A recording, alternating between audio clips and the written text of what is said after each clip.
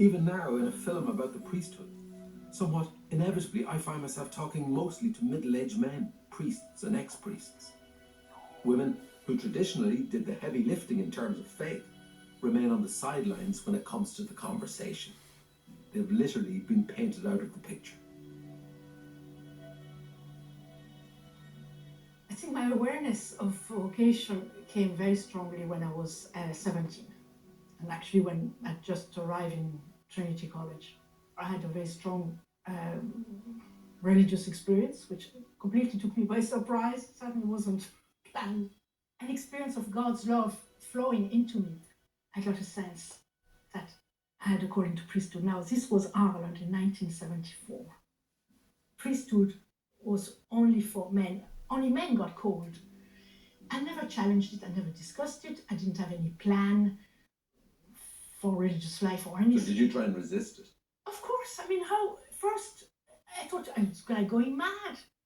I had a breakdown, part of it with it, because completely, I couldn't reconcile the calling. But I remember a very agonizing prayer in the chapel in Trinity, in the oratory there, and my prayer then was, do not call me, your church doesn't want it. And that, I still feel emotional talking about it because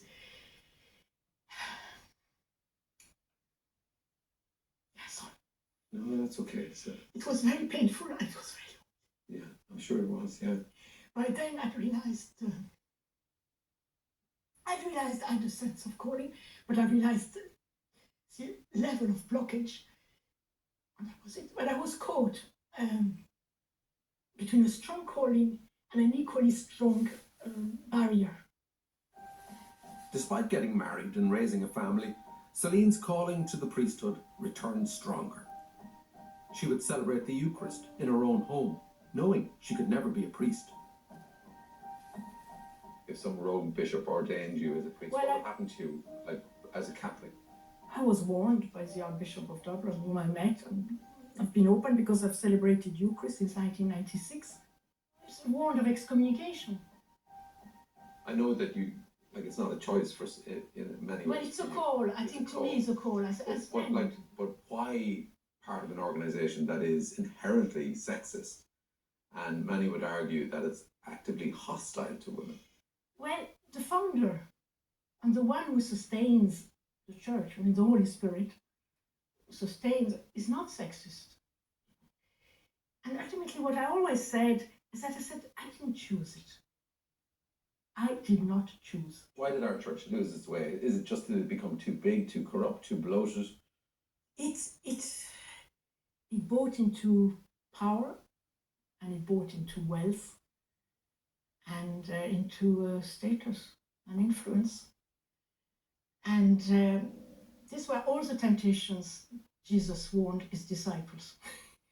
They are there in the gospel.